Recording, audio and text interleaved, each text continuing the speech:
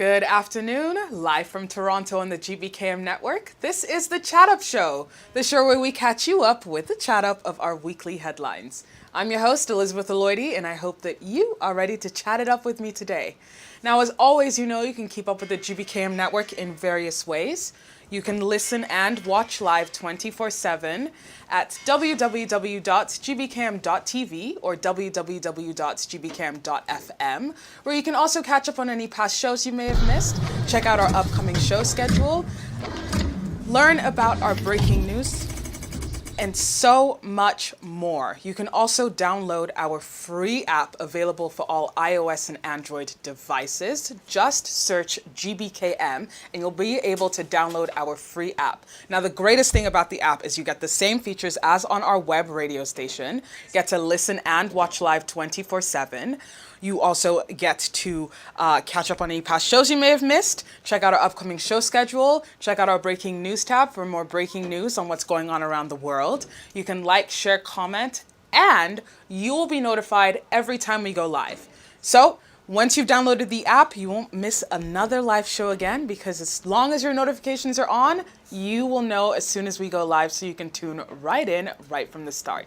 Again, that's our GBKM app, available for all iOS and Android devices. You can also continue to watch us on Facebook and YouTube at GBKM Network, where you can also like, share, comment, and subscribe to join in the conversation, or follow us on Instagram and Twitter at GBKM Network for more updates on what's going on right here at GBKM.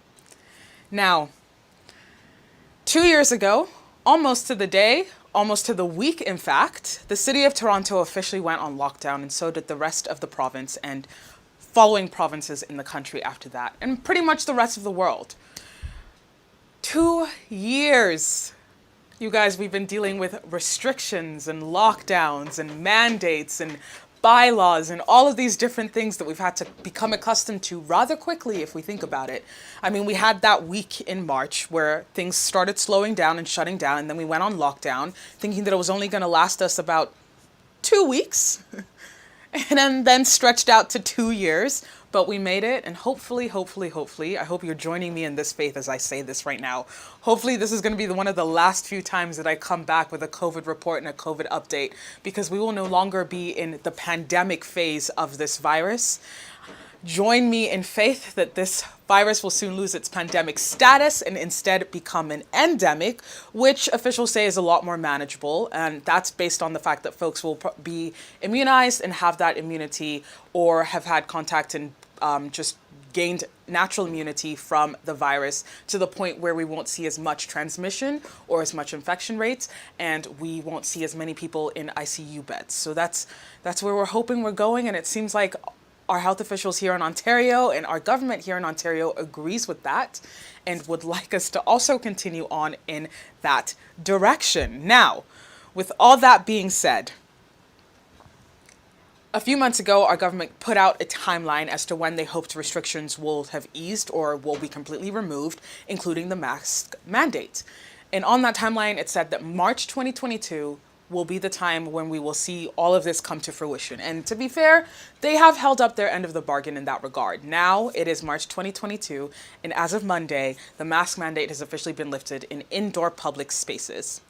Yay, a little cheers. I know there are people who are really excited about this, but before we cheers and get too excited about getting rid of our masks, we do also need to understand that there are still some requirements and still some restrictions put in place for other people's safety. So we're going to dive right into that on today's Chat Up, as well as some tips from experts for those of you who are still a little shy to get out there and really socialize, kind of bare without your mask anymore, that you want to stay somewhat protected. We're going to give you some tips from local doctors and health officials on how you can continue to stay safe as we see these restrictions ease. So we're going to go through quite a bit today. There are quite a couple places where we're going to still see some restrictions regarding to masking and even vaccination requirements. As we know, the proof of vaccination required for certain establishments was removed.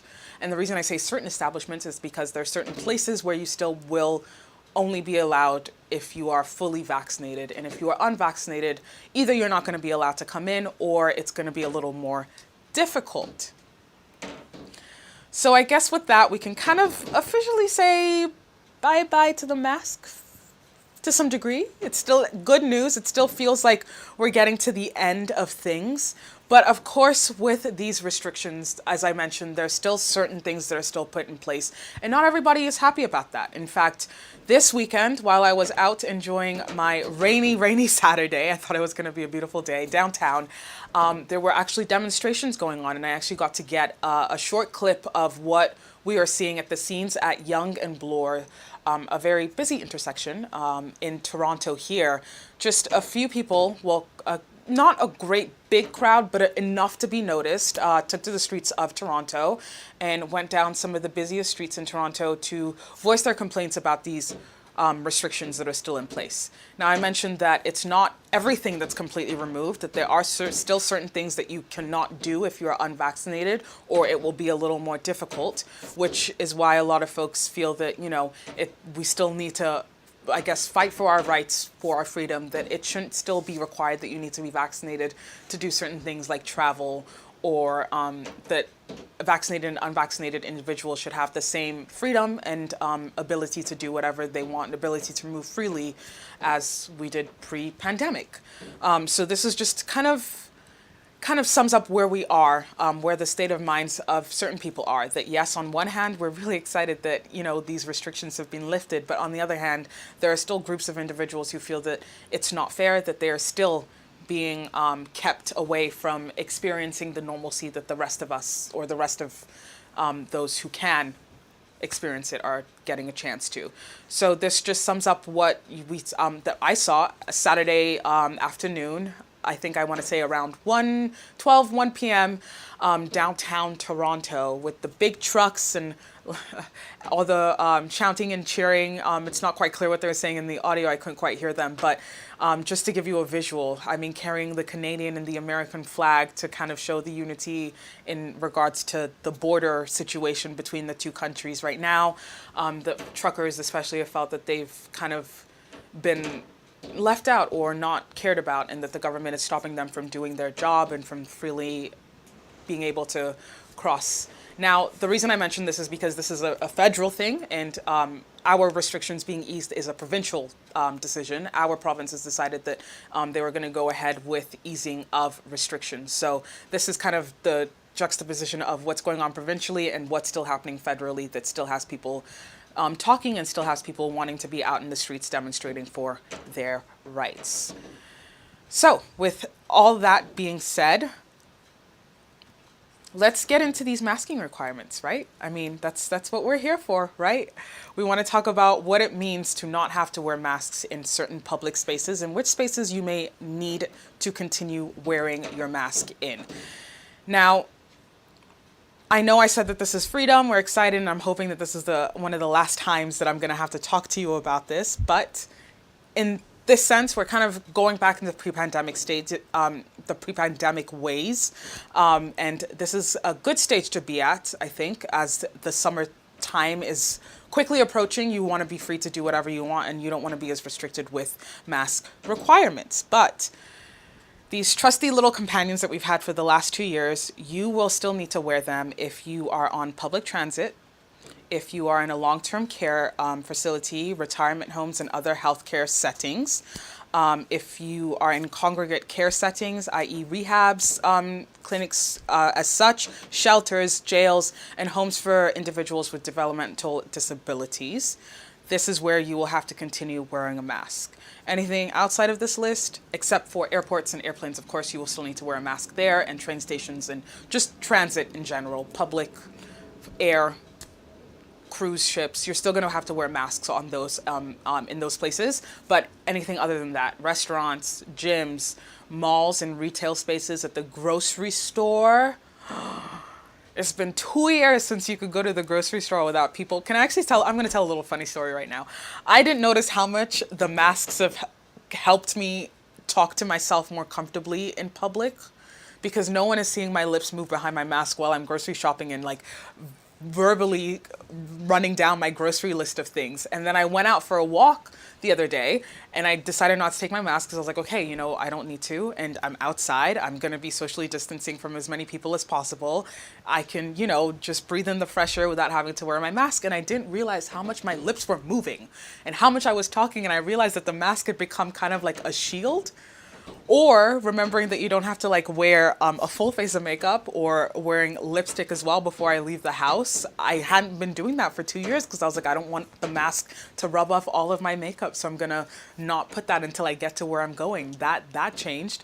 I walked out the door with mask and keys in hands and then I realized I was like, oh, technically I don't need to wear this, but I still will. Because officials say that if you feel safer or if you feel more comfortable that way, then you can continue to wear your masks as you choose to, and that's not a problem. And either way, you're going to have to continue wearing your mask in on public transit, in long-term care facilities, in congregate care settings, shelters, jails, homes for individuals with developmental disabilities, airports, all of that.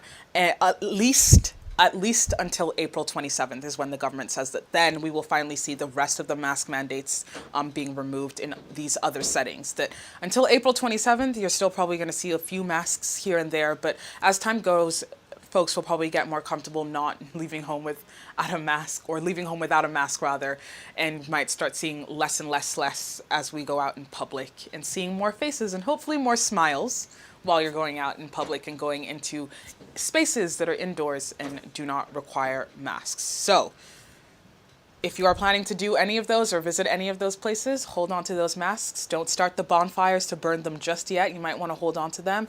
Or in general, you might just want to hold on to them anyway because you haven't gotten sick in the last 2 years and you're thinking, hey, if this is the reason, why get rid of it? I've been in great health, so why stop it now?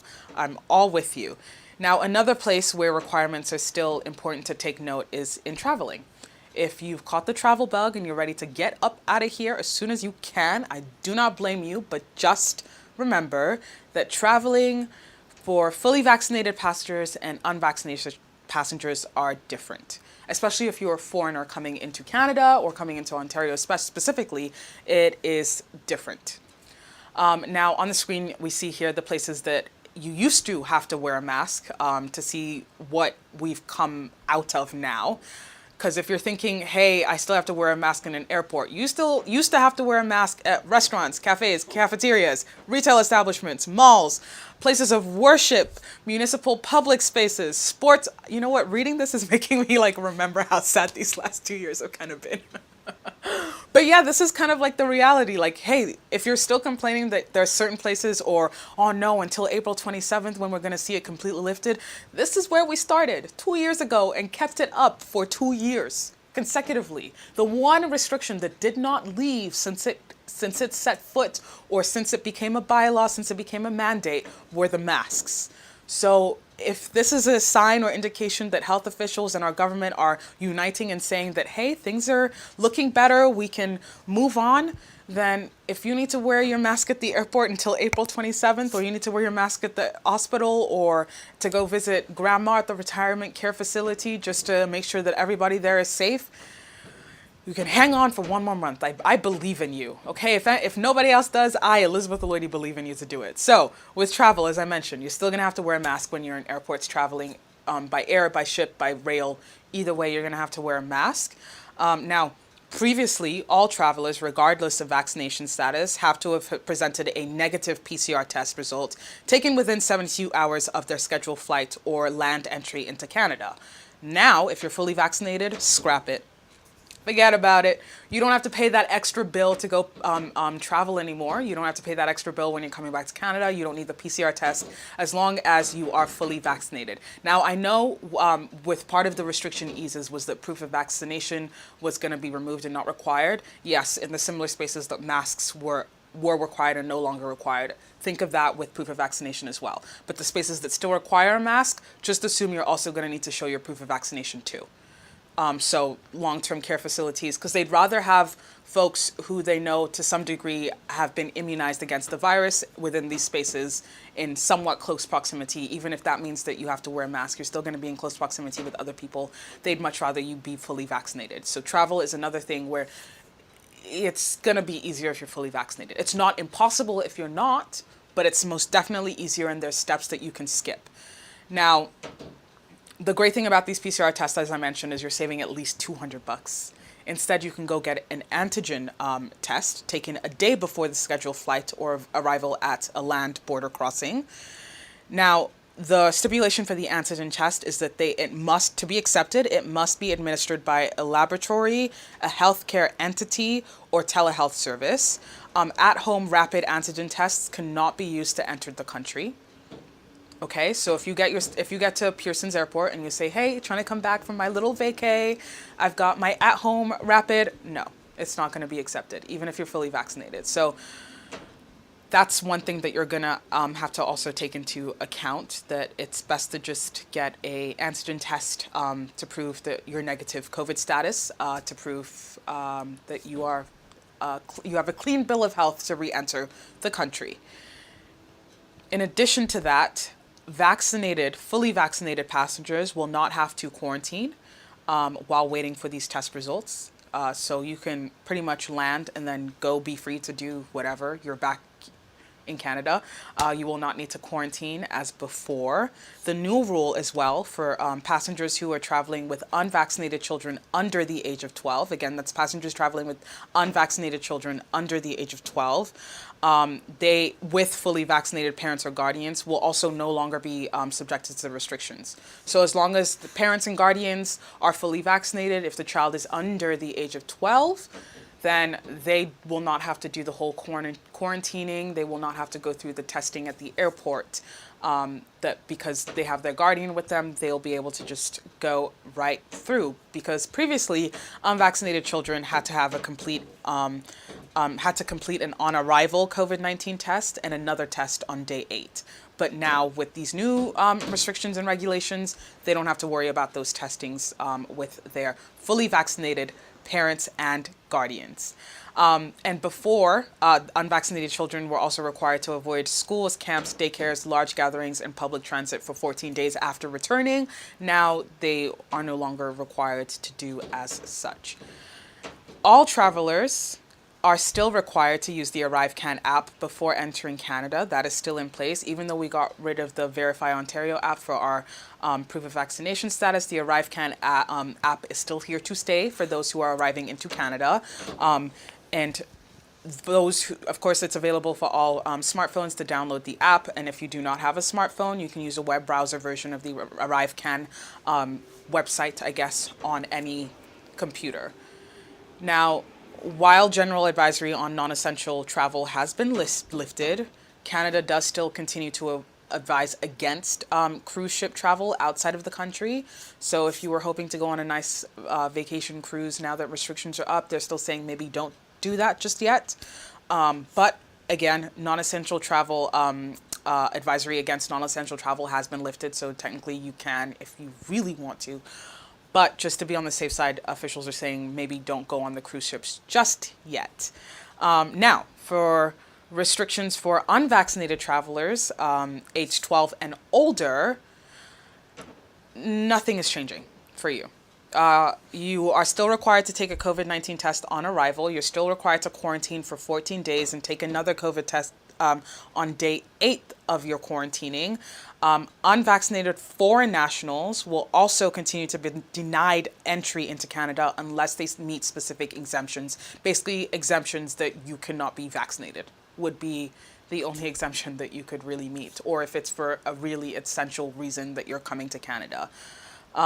Of course, travelers who have been tested positive for COVID but no longer have symptoms can return to Canada if they provide proof of a positive molecular test taken at least 10 days and no more than 180 days before their attempt to enter the country. So basically, if you have tested positive for COVID before, you're not showing any symptoms, you show that you do not have it like actively now, that it's not transmissible, 10 to 180 days before you re-enter the country.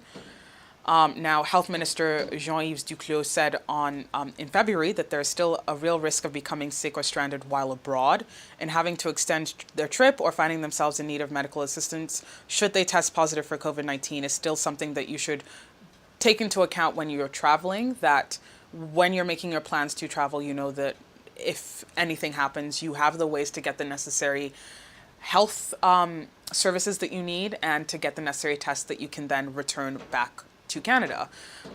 In addition to the vaccination requirements, all existing mandatory pre-boarding and health requirements for passengers also remain in place. So that includes health check questions, checking if you had symptoms or if you come in contact with anyone with symptoms, wearing masks inside airports and rail terminals while on board planes and trains. Basically, you have to wear a mask throughout your entire journey, except for brief periods when you're eating, drinking, taking medicine, or if you're exempt from wearing a mask. Is the only reason you won't be. So basically, if you're planning on traveling, just assume that you're still going to have to deal with the same restrictions that we feel like we're getting rid of here. Sorry, but I guess you're getting to travel, so there's the perk of that all. For now, in terms of the immigration side of travel, there are no restrictions on who can enter, only if you are fully vaccinated. So if you're legally allowed to enter Canada, you have your proper documentation, you have your visa. Basically what I'm saying is you don't have to be a citizen, a permanent resident, or covered under the Indian Act to travel into Canada. You just have to be fully vaccinated. That's it. So for those who are looking to come back, visit friends and family here, if you haven't seen them in 2 years, now's your chance to quickly before things change again. Fingers crossed it won't, that we'll continue on this path of going away from pandemic and shifting into endemic. But if you are looking to visit friends or family in Canada, you can, as long as you're fully vaccinated. Unvaccinated individuals, as I mentioned before, unless they have an exemption from being vaccinated, will not be granted entry into the country. So there you have it. In terms of travel, not much has changed for unvaccinated travelers. Sorry. For vaccinated travelers, it's just going to be easier. You won't have to quarantine. You won't have to pay for the PCR test. And you could potentially be randomly selected at the airport for the on-arrival test, but it's not necessarily a requirement. You can instead prove that you are free of COVID by showing your negative antigen test that you got from a laboratory in one of those designated areas, from a laboratory, a designated health clinic, or one of the telehealth services. So there you have it. We're going to take a quick break, but when we return, we're going to go into hospitalization rates currently and what officials think that's going to look like now with restrictions being lifted. And for those who are planning to visit hospitals, what you could be facing and what you could but what you could be expecting for your hospital visits, and tips and some tips and advice from health officials for those who are still a little bit shy about what's going on right now with the lifting of restrictions and you just want to stay on the safe side. So stay tuned.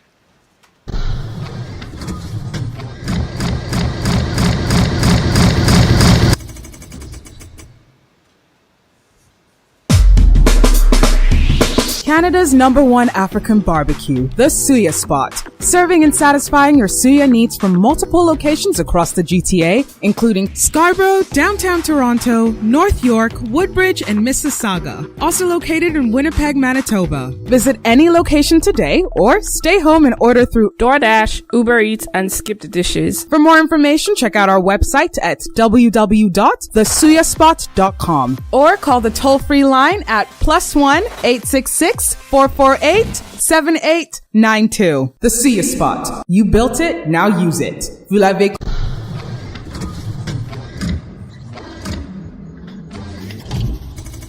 Hello and welcome back to the Chat Up Show. I'm your host, Elizabeth Aloidi, and today we're talking about the COVID report. Now that restrictions and mask mandates have been lifted, for the most part, as we know, at least until April 27th, we won't see all of the mandates be lifted, was when we'll see all the mandates be lifted. What's next? What can we expect next? Now, in terms of the rate of hospitalization, if you're worried about what the hospitals are dealing with now or what the hospitals could potentially be dealing with, which has been the fear really for the last 2 years, that we're worried that we're going to overload our hospitals again and they're going to get tired. The group of medical experts say hospital and ICU occupancy is projected to increase over the next few weeks, but will be nowhere near what we've been dealing with in the past.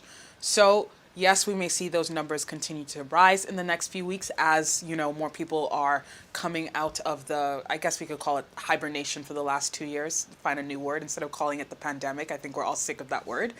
Coming out of the 2 year hibernation, we may see an increase in the rate of hospitalization, but it's not to a degree that is going to be alarming or to what we've been dealing with the past 2 years. So that is just something that will naturally occur. It's part of biology, it's part of nature, but that the science table projects it will also be only for a limited period of time.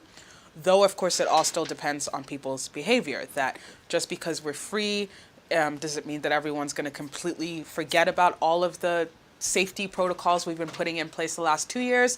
Or will people still be a little bit cautious and still, maintaining distance where they feel they need to, or wearing masks still in certain spaces? That will be a determinant for what we will see in our hospitals in the next few weeks, but that it's not something that we should be worried about, that we potentially will not see the rise in the rate that we saw the last few weeks. As for visiting the hospitals, now visitor restrictions remain in effect at this time, especially for the University Hospital Network. Hospitals are still technically not open to the public. So if you've just had a baby and you want your whole family to come visit you, I'm sorry, still not an option. Only patients and their essential care partners, or their ECPs, are allowed to enter any UHN hospital in our health unit here. So if you were thinking that now, because restrictions are being lifted and this is potentially a time that you can now go back to visiting family who may be in hospital, or visiting anyone who may be giving birth. I like using birth because it's positive, it makes you feel excited about something new happening, as opposed to visiting someone who may be at the end of their life. But that's still also the reason people visit hospitals. You have to take into account that you have to be registered as their ECP first, and there's a pre-screening process that happens, and a pre-registration that happens before you're allowed entry at the hospitals. You will need to be pre-approved. So all inpatient units at UHN require pre-approval as well. So that's for folks who will have to be admitted into the hospital. All visitors must be fully vaccinated and pass the entrance screening, which is similar to the entrance screening that we've seen when we go to restaurants in the last few years, where they ask you your symptoms and if you've come in contact or if you've traveled, those things. Now, UHN is increasing access for essential care partners, and have increased it as of the beginning of March. So the guidelines for essential care partners is they must pass the entrance screening at each visit. It's not that, last week I passed it, this week I should be allowed. No, it's going to happen each time you go visit.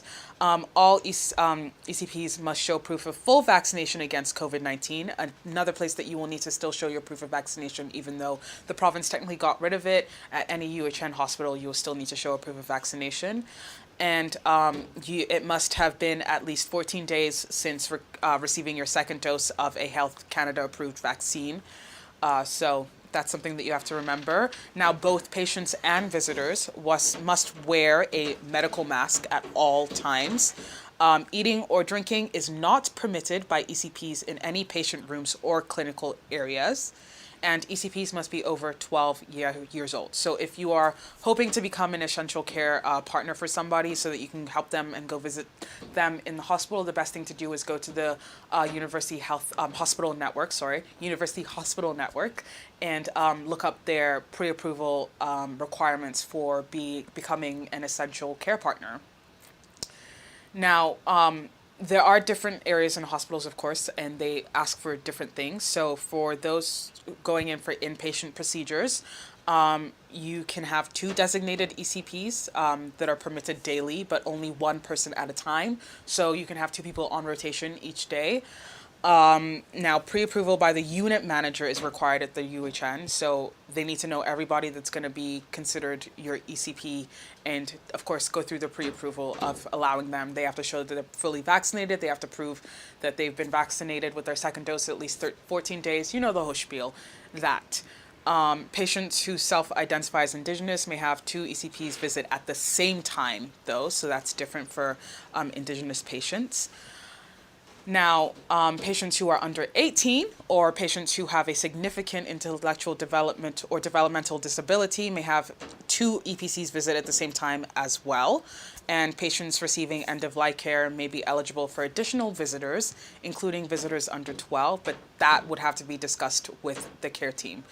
So basically the rule of thumb here is ideally you'd want to discuss it with the care team or with the unit manager to discuss how many people will be on your essential care partner team and how many people will potentially be visiting you. For the emergency department, only one ECP is permitted, so only one person can be permitted to come with you for the emergency department.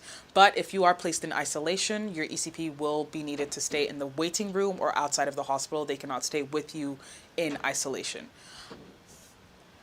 So if it's for surgery, that will be your essential care person, and all of that will be taken care for you with the clinic, and they will call you to set that up and make sure that you understand all of the procedures that are going to happen that day while you're at the hospital. And so that just gives you some idea of what to expect if you are looking to go visit someone in the hospital. If you are going to be an essential care person, you still will need to show proof of vaccination. You will only be permitted if you are fully vaccinated. So again, just reiterating that yes, restrictions have been lifted, but it's important to remember that there are some places where they're still in place. And in hospitals, we're going to understand that they're going to take a little bit more caution, where if other folks may be a little more compromised than they are, on the street or in the grocery store. So certain restrictions are going to stay in place for hospitals for a little bit longer than they would be for other public and public indoor open spaces. Now, for schools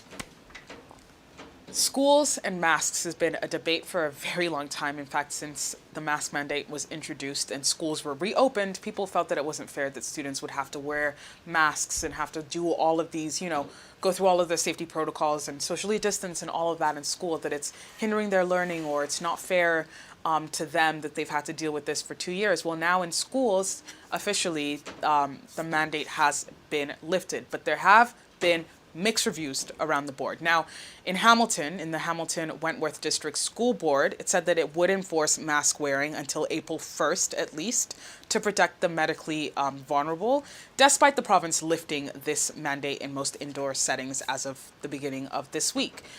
Now, the government says the board basically has no legal authority to mandate masks in the absence of a directive from a public health unit. So basically, unless they're given permission to, they can't say that they're going to continue the mandate within their school boards. Now, in his letter about it, Education Minister Stephen Lecce said that now Ontario now has both the prevention and response tools necessary to manage the impact of COVID-19. And that many of the emergency measures that have been in place over the past 2 years could be removed because health officials have said that we're at a stage where they can be removed, and that no board really has the jurisdiction to say that we're going to go against what the government has essentially mandated now, or unmandated, if you want to put it in those terms, and put in their own rules. The letter also noted that some public health measures will remain in schools, such as mandatory COVID-19 self-screening for staff and students, ventilation upgrades, and enhanced air quality practices. Now, parents in the HWDSB were upset that the school board had put this across and said that they did want to continue the mask mandates until April 1st. Parents felt that it wasn't fair to their kids, that why should they have to wear them in school if they don't have to wear them everywhere else? Like, we go to other places and it's not required, so why are they then required to continue in school? On the other hand of things, students across the city basically said, yeah, we're not ready to get rid of our masks. We're not comfortable with lifting the mask mandates, and actually staged a walkout this past Monday. Now, we do have some images of some of the students who protested the lifting of the mask mandate. Actually, it was about 50 schools around the GTA that decided that they were going to walk out in protest of the lifting of the mask mandate. Now, if we read this first protester's sign, it says, "Ignoring a problem doesn't make it go away." Now, this has been a sentiment that a lot of people have felt about how the government and even health officials have dealt with the pandemic, that there were some instances where it felt like they were ignoring the number of cases that were rising and just wanting to, appease the masses, if you will, who were crying for their freedom, who were crying for things to reopen, but that ignoring the fact that the number of cases only led us back into lockdowns a few months later, and sometimes stretch those long lockdowns even longer. Now, here are some students who are saying that enough is enough, that they do want to continue wearing masks. There's actually kind of a funny one that's calling out the premier right now for how he's viewed the whole pandemic and how he's dealt with the pandemic. Now, these are students who are having to go to school every single day, who are having to wear their masks and having had to wear their masks for at least a year while in school religiously. This is how they feel. They feel that they are safer with the mask on. They feel that it is protecting them, and they do not want to remove the mandate. Now, it has only been 2 days since this mask mandate has been lifted, and it's going to be interesting to see how things, evolve over time. It's still recent, it's still fresh, it still feels like something new. We may still see people continuing to wear masks and not seeing as many people who don't want to. Or we may see everybody completely get rid of their masks and say, you know what, forget about them, we're not going to wear them anymore. It's still early days in seeing how this mask mandate will pan out. But just hearing how students feel, I mean, to stage a walkout and to walk out and protest and show that, hey, we also have a voice and we also have an opinion on what's going on around us and things that are happening to us. I mean, these are the rules that are being imposed on students as well that they also have to live with. It's not just the parents and not just the adults, it's the kids as well that have had to go through these 2 years right beside us, and sometimes even harder because they're also doing that while going through their regular development as kids and being locked up for most of the time. I mean, as adults, we figured out a way to socialize, but with kids, it may be a little bit harder because parents may not feel safe to let kids go and socialize the way they used to, or, even the kids don't feel as safe to go and socialize the way they used to. Now they're able to be in person, to be a part of in-person learning. And if the safest way they feel that they can do that is by wearing masks, then maybe they should be allowed to wear masks. And it shouldn't be a point of a political debate, honestly. It shouldn't be something that they're forced to do. I think that with this whole mask mandate in general, if you feel for you and for your safety that you want to still keep wearing them, you have every right to. It's just that now you're not required by the law to wear them in certain spaces, and you're not going to get slapped with a fine if you're caught without it. Now, essentially, it's up to you what you want to do, to live with or without the masks. You are the decider in that destiny, okay? So no worries about that. Now, for those who are still feeling a little uncertain, I mean, as these pandemic restrictions ease, it's not going to get easier for some people because there's still that anxiety of what will happen. Will we be seeing the same patterns that we've seen over the last 2 years? I mean, it's fair. It seems that once the weather starts getting warmer, we get opened up, restrictions are eased, and then we're back into it in the fall. But for now, we're thinking that we're on a path where the curve is flattening to a point where we're not going to go back into lockdowns again. So if you're still feeling uneasy, Ontario's doctors offers these simple tips to help you feel safe and ease into, I guess, this new normalcy that we see post-pandemic. I'm claiming it. Remember I said I was going to say it in faith? Post-pandemic, I'll say it with my chest. Our post-pandemic era. Now, although officials, including Chief Medical Officer Dr. Kieran Moore, have encouraged Ontarians to keep wearing masks in high-risk settings and hospitals, those certain places. Here are some suggestions from the Ontario Medical Association, actually, who have given these suggestions for folks who still feel a little uneasy. First suggestion is to get vaccinated. Now, of course, this isn't something that everybody wants to hear. Not everybody wants to get vaccinated, and of course, the choice is still yours, but also understand that when you remain unvaccinated, there are still some restrictions that you will face that vaccinated individuals will not. So the Ontario Medical Association is saying that you should still get vaccinated. You still can be fully vaccinated, and to stay on top of the boosters, that we will still likely see more boosters in the future as well, just like the flu shot that, you're supposed to get, I think, every year. That we're probably going to see that with COVID-19 vaccines as well, that they will be boosters that you'd have to be administered on a somewhat regular basis just to keep your immunization up. Second thing is continue to wear a mask in indoor public spaces, especially if vulnerable people or unvaccinated children are present. That it's not just about protecting you, it's also protecting those around you. And if you want to feel that you are doing your part to keep everybody safe in your circle, including yourself, then you can continue wearing your mask. Don't worry, no one's going to bully you. And even if they do, okay, haha, I don't have a cold. Bully me for that. Like, it's fine. You can still wear your mask if you choose to. If you don't want to, again, that's fine as well. Right now, the choice is up to you, technically. As I said, there is no law in place anymore that's forcing you to go either or way.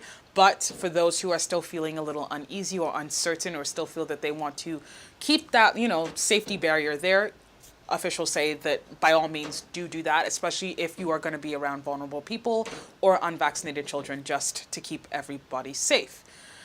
Now, the third point, which is kind of what I was alluding to in the second point, is to respect everybody who chooses to wear a mask. Plain and simple. If you have decided, this is for families, because I feel like this is when it gets really temperamental sometimes between families where some people are for the mask and some are against it. If there's someone in your family that's saying, listen, I just want to use the mask and continue using it because it's not hindering my quality of life in any way, shape, or form, then let them. Respect their decision to do so. If there are people in your family who are saying, yes, burn all the masks, I never want to see a mask ever again in my entire life, okay, then respect their decision to do so and respect each other's decision to maybe not hang out and socialize, if that's what it comes to. That, this is all about what people want to do to feel comfortable, to feel as if they're protecting themselves. We've been in this for 2 years. It's become a habit. Not all habits are easy to break. For some, this may be the easiest habit to break. And for others, it may take a while for them to feel fully comfortable to be out breathing the raw air again. I didn't know how to explain it in the best way. But, we've been covered for so long. It's going to take some time for people to get used to that. So just respect those decisions. And it's the same with vaccinations and not being vaccinated as well. Certain people choose not to be vaccinated because of their personal choices. Understand that, yes, that is 100% their personal choice and you have to respect that. And if you wanted to get vaccinated, then that is also your personal choice. And folks need to respect that too. It's all about respecting people's personal choices. Now, number 4, this is, I guess, for everybody, not just folks who feel vulnerable during this time. If you have COVID-19 symptoms, please stay home. I think maybe just a rule of thumb, if you have any symptoms, maybe just stay home anyway, because heal yourself if you can. If you're able to, just stay home, heal yourself, get completely healthy again before you're out socializing and exposing people to whatever it was that made you feel sick or have symptoms. Take a rapid test if you have access to one. Be sure to wear your masks and maintain physical distancing still if you're sick. I think that's just a rule of thumb that we're all probably going to adhere to going forward now anyway, that if you're experiencing any symptoms, whether, it's COVID or not, that it's probably best to just stay away from people so we don't keep spreading them. I mean, you don't want to get other people sick regardless anyway. So that's just a rule of thumb for all people. But especially if you are feeling a little worried and you don't want to be, spreading anything, then the best option is to stay at home. I think the best option anyway is to stay at home when you're not feeling comfortable, or if you feel like you don't want to go out. You really don't have to. Just because things are opening up and just because, we have a little more freedom to do things, it doesn't mean that you have to fully dive into the pool of, no restrictions just yet. You can dip a toe every once in a while. Hopefully it's not going away, so you can take your time to ease back into that life, because we've all been living a kind of different life these last 2 years, and it's going to take some time to ease back. And the final thing a final tip that our Ontario Medical Association has for folks who are feeling a little uncertain or uneasy is to recognize that science is constantly evolving and public health advice about testing and isolation changes with it. So you need to just keep up to date with your local public health website for the latest information. I think, that's one of the biggest lessons we've learned this entire pandemic, is that things are constantly changing and it's always evolving and there are new variants constantly popping up. But as long as you're not overexerting yourself and you're staying safe as possible and you're staying as healthy as possible and you're keeping up to date as much as possible, we'll obviously continue to keep you up to date for as long as we have to, hopefully for not much longer, but as long as we have to on the situation here on the GBKM network as well. But just staying informed is important because things are constantly changing, and just knowing what's going on around you will also help you make the decision about how you want to move forward with these new restrictions being lifted. So with that being said, yes, it is an exciting time. It feels great for the 2-year anniversary of this pandemic for us to finally hopefully be moving into the endemic stages. It feels good that, these restrictions have been lifted in certain spaces. It's also important to just remember that there are certain places where you will still need to show proof of vaccination, where you'll still need to wear a mask, where you may need to quarantine depending on what your level of vaccination is as well. So just keep that in mind. Also, just stay up to date as much as possible. And above all, we're going to respect each other's decisions as we move forward in however we move forward, whether it be with continuing to wearing masks or deciding to get rid of them completely. Vaccination, unvaccination, we're going to respect each other's decisions because at the end of the day, you had the choice, everybody has the choice, and we respect each other's choices. With that, that does conclude the Chat Up show for today. As always, you can keep up with the GBKM network in various ways. You can continue to listen and watch live 24/7 at www.gbkm.tv or www.gbkm.fm, where you can also catch up on past shows. Check out our upcoming shows and our breaking news. You can also download our free app. Actually, make sure you download our free app. It's available for all iOS and Android devices. Just search GBKM. Best thing is you can take us on the go with you. So if you're starting to take your daily walks again as the weather's turning out better and brighter every single day, take GBKM with you on those daily walks and you can listen to a live show because you will be notified every time we go live, or just catch up on any past shows you may have missed. You can also continue to catch up with us on Facebook and YouTube at GBKM Network, where you can watch live, like, share, comment, and subscribe. You can follow us on Instagram and Twitter at GBKM Network for more updates on what's going on at the network. And you can follow me, your host, on Instagram and Twitter at TIS_Liz_O for more updates on what's going on the Chat Up Show. And with that, I will see you the same time, same place next week. Take care.